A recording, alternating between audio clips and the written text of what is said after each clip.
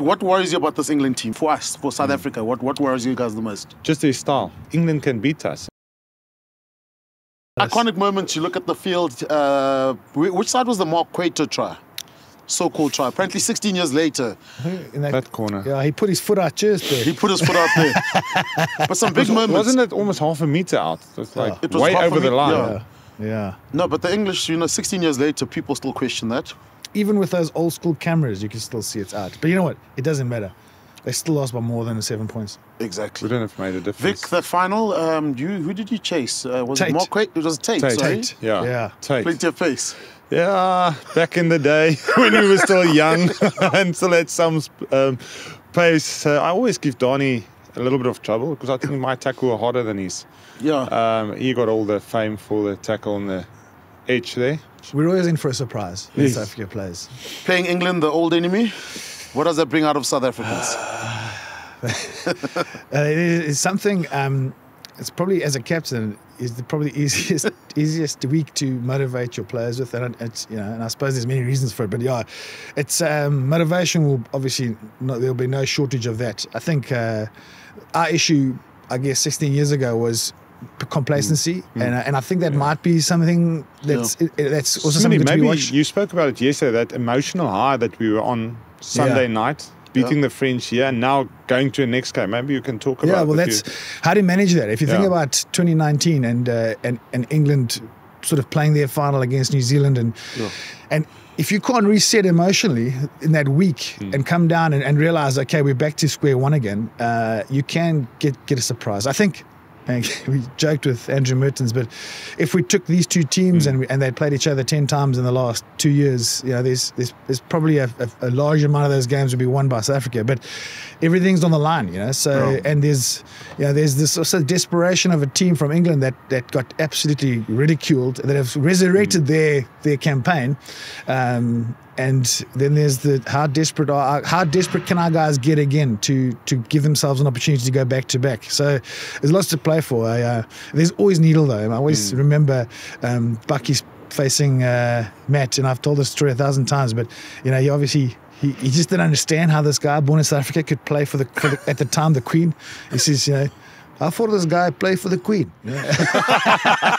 So I said, no, well, he's got his grandfather was English and he's played at Bath for 3 years. And anyway, first scrum. But he grew up right next to Loftus, so Bucky didn't like that. So my explanation obviously wasn't good enough because by the first scrum, Victor was always on the loose head and Bucky's was always behind the tight head. And the next thing I saw, Bucky's on the left. So I realized what was coming. So I pulled my head to the right and he flipping smashed Matt properly, like split him open. A nice little emoji. Off he went. 14 stitches later, he comes back on. Bucky's on the left. Something. Put my head to the right. He aims a bit off. About 7 pop of the stitches. He goes back off. Luckily, just before half time, stays off. First scrum after half time, I realised that at some stage the ref's going to cotton on to what's going on here. This guy hasn't accidentally fallen on his face 3 times. And so as he comes, I say to Bucky's, "Dis nou genoeg," and he puts his head through. I said, "This is enough," and he puts his head through. He looks up and his face is all squashed like this. He says, "Oh, please, just one more." And so today they're good friends, but I think that just shows the rivalry. I mean, my first game as a Springbok, I went in there, I was on the bench, and I listened to Andre Venter talk about the history of the Boer War and what went on. So there's so many things that build up. I think Eddie Jones had a couple of stories. He couldn't believe it, I think, when he was... That's the one guy. That's the one guy we will be missing this week. Eddie Jones just riffing our players up. I don't think Bothik will go there. Bothik won't get involved. I don't think so, no. So we probably miss Eddie this week. But he was pretty quiet though. It was more the English media. If you go back to 2019... Are you saying Eddie Jones was quiet? Yeah, no, but he didn't say anything.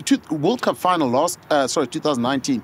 He was surprisingly quiet compared to what he was against New Zealand in the semi-final. Because they had the performance they did in the semi-final. I mean, he didn't have to say anything because they were the favourites going into it. Everyone said that team can't be beaten. And if you think, it's pretty much the same team.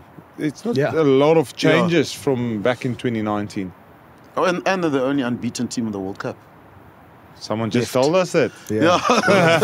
So it's going to be preparing for the pressure. I mean, What can the Boks do this week? It's a 6-day turnaround from a training perspective, Vic. I mean, you know, obviously you ran lineouts. What do you do? Do you come up with something new? Do you keep to what you're doing? Yeah, it's a short week, but they would have planned for this way before. Yeah. I promise you. So they know exactly. There won't be a lot of training out on the field. I think they'll try and get the guys fresh. But the big thing is the mental preparation. Getting back, getting that hunger back, getting that desperation back. Because unfortunately, the way we play as well, we need that desperation to really be at our best. We can't just come out, the All Blacks can maybe come out playing a nice brand of rugby, nice passes. We need to be mentally there. We wanted to, like we've heard in some of the videos from 2019, the words they use, I'm not going to use it, but bugger them up in the game. So that's what we need. If we don't have that, England can beat us. And the way they've been playing, I think they're the one team that plays a very conservative type of game. They play in the right areas. They play territory. They don't take any chances, taking the 3 points, getting a little bit ahead, waiting for the opposition to make mistakes. And that's a difficult game to play against, especially for us that likes playing off turnovers. That will really be the key to this weekend, is around how we get more territory. I think we lost the territory game. We had less than 40% territory. And the thing that worries me about that is if we can't get out of our half, if we don't exit well enough, you know, are we going to see a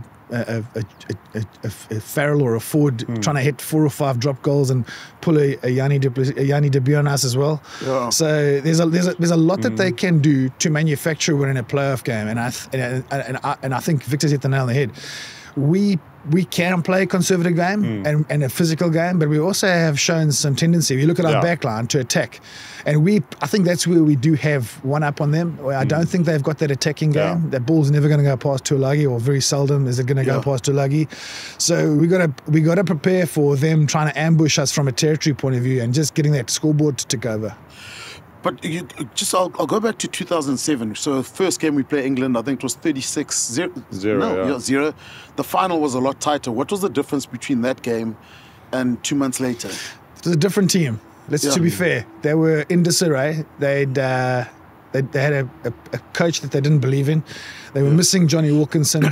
Had quite a few injuries, and when they got beaten by us 36-0, they had a bit of a player coup themselves, and they sort of went their own way and started to manage themselves and decide how they wanted to play, and so they turned themselves around, which is quite a powerful thing in a rugby team, because the guys they build this momentum, this belief in what they can do together quite quickly. So, you know, yes, I think we were super conservative. We played that game just to get 8 points ahead.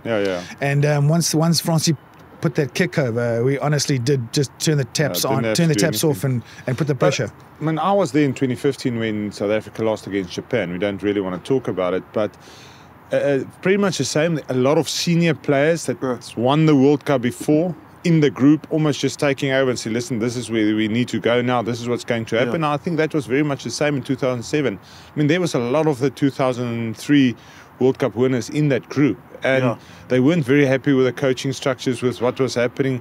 And they just pulled things together. They got everyone to buy into what they wanted to do. Again, went almost to the ugly type of game, physicality, just being in the faces of people. Big and pack, kicking, they kicking game. played well in the rest of the World Cup. But I'm with Smitty. I mean, in that final, we just wanted to win it. And I think, and that was probably a little bit of a problem. We knew if we play well, we'll win it. They can't beat us. So we just did what we knew.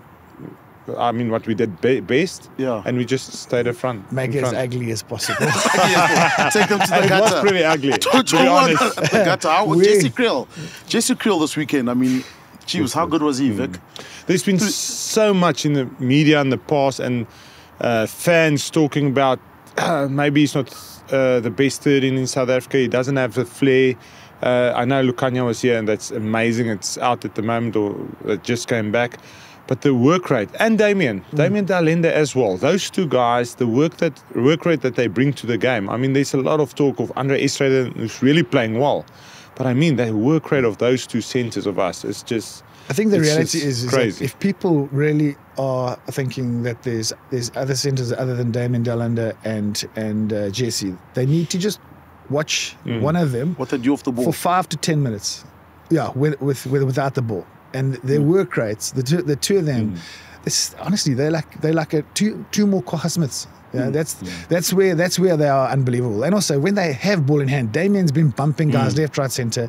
Jesse's work rate on the outside, and Jesse's got the hardest job on defence. 13's hard.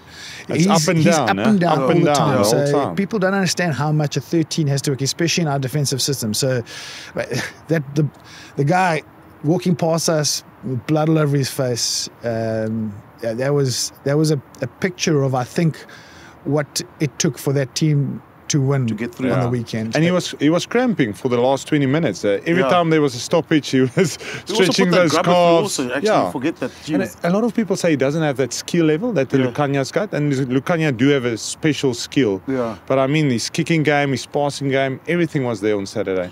But he also had to be patient and wait for his time.